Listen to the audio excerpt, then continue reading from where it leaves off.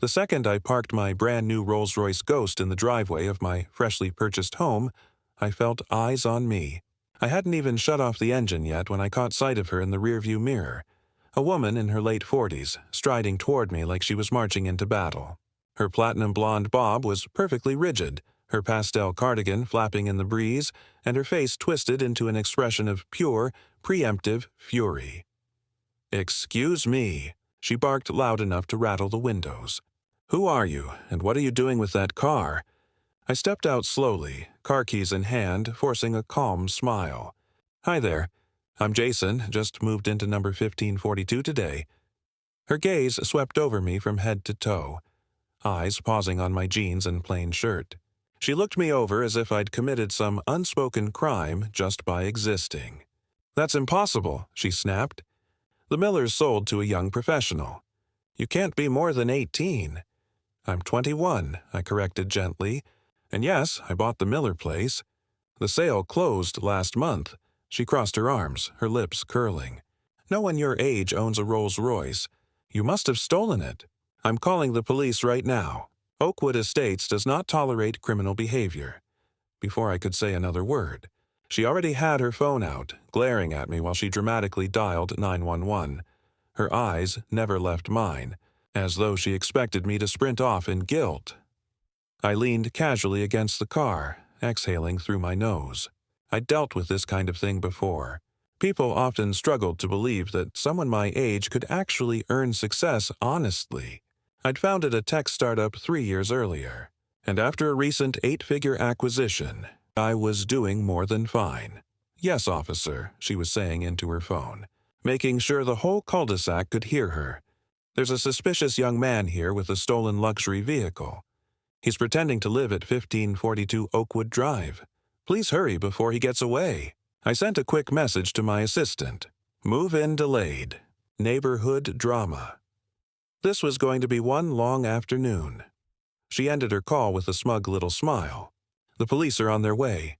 I suggest you stay right there." "Not a problem," I said evenly. "This is my house and my car. But may I ask who you are?" "I'm Karen Wellington," she declared, puffing out her chest. "President of the Oakwood Estates Homeowners Association, 6 terms in a row. And you definitely don't look like you belong here." Of course her name was Karen. Life really does love irony. "Well, Mrs. Wellington," I said calmly, "I'm the legal owner of both the property and the car. I can show you my ID if you'd like." She waved it off without even looking. Fake IDs are easy to get, and the HOA approves all new residents. I don't recall signing off on anyone who looks like you." Her tone made it pretty clear she wasn't just talking about my age. Her gaze lingered on my brown skin with thinly veiled contempt. I took a slow breath. "That's not how real estate transactions work," I replied, keeping my voice steady.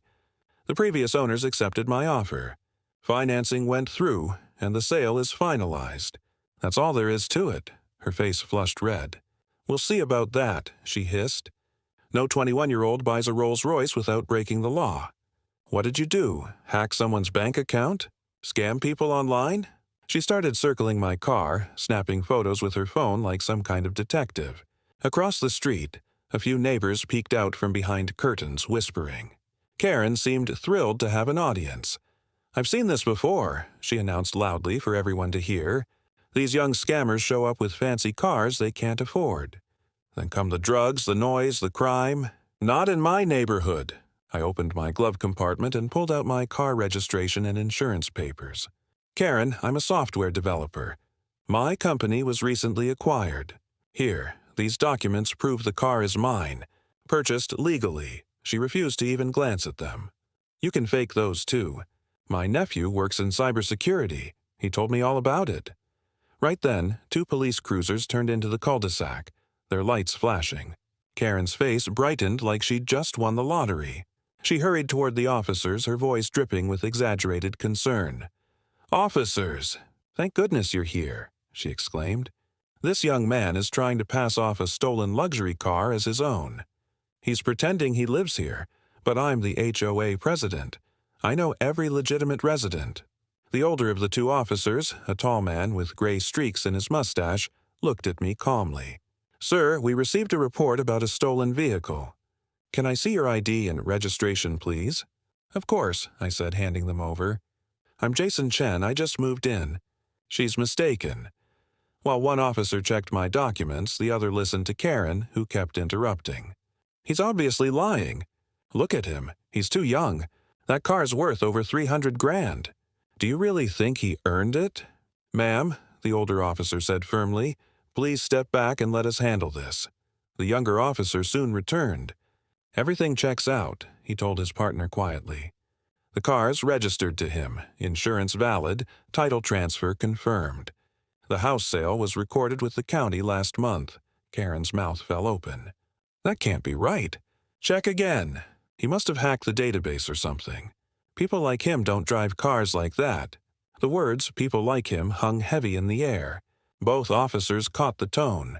The older one turned to her, his expression tightening.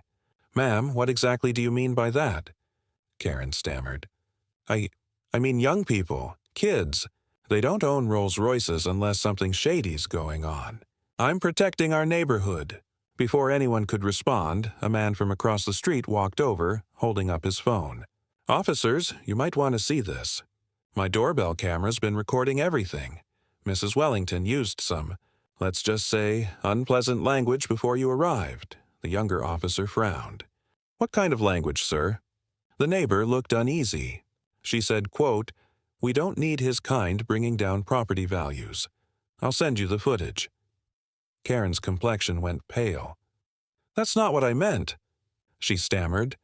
"It's completely out of context. I was just talking about maintaining standards." The older officer turned to me with an apologetic nod. "Mr. Chen, your paperwork's valid. Sorry for the inconvenience." He handed back my ID. "You're free to go about your day." Then he turned to Karen, his tone suddenly icy. "Mrs. Wellington, a word with you, please." They stepped aside, but everyone could see Karen's hands waving frantically as she argued. The younger officer stayed near me. "Sorry about all this," he said. "It's fine," I replied. "You're just doing your job." By now, nearly the entire street had gathered, watching. For once, their disapproving glances weren't directed at me. They were at her. A few minutes later, the senior officer began writing in his notepad. Karen's voice rose, panicked. "You can't be serious." "I was doing my duty as HOA president." The officer calmly recited her rights. "Mrs. Wellington, you are under arrest for filing a false police report and for making discriminatory remarks. Please place your hands behind your back." Her mouth fell open. "What? This is absurd. I was protecting the neighborhood." But the officer was already leading her toward the patrol car. "This is harassment," she screamed. "I'll have your job. This is reverse discrimination." Her protests grew weaker as she was gently placed in the back seat. The neighborhood that once feared her stood in silent shock. For years, she'd bullied people over mailbox colors and lawn lengths. Now, she was the one being driven away. A week later, a letter arrived from the Oakwood Estates HOA. It stated that Karen Wellington had been suspended immediately, pending investigation. The board later voted, 27-0, to permanently remove her from her position. She also faced fines for filing a false police report and was ordered to complete community service. Word around the neighborhood was that her real estate firm had placed her on leave after several clients refused to work with her. A month later, I saw her at the local grocery store.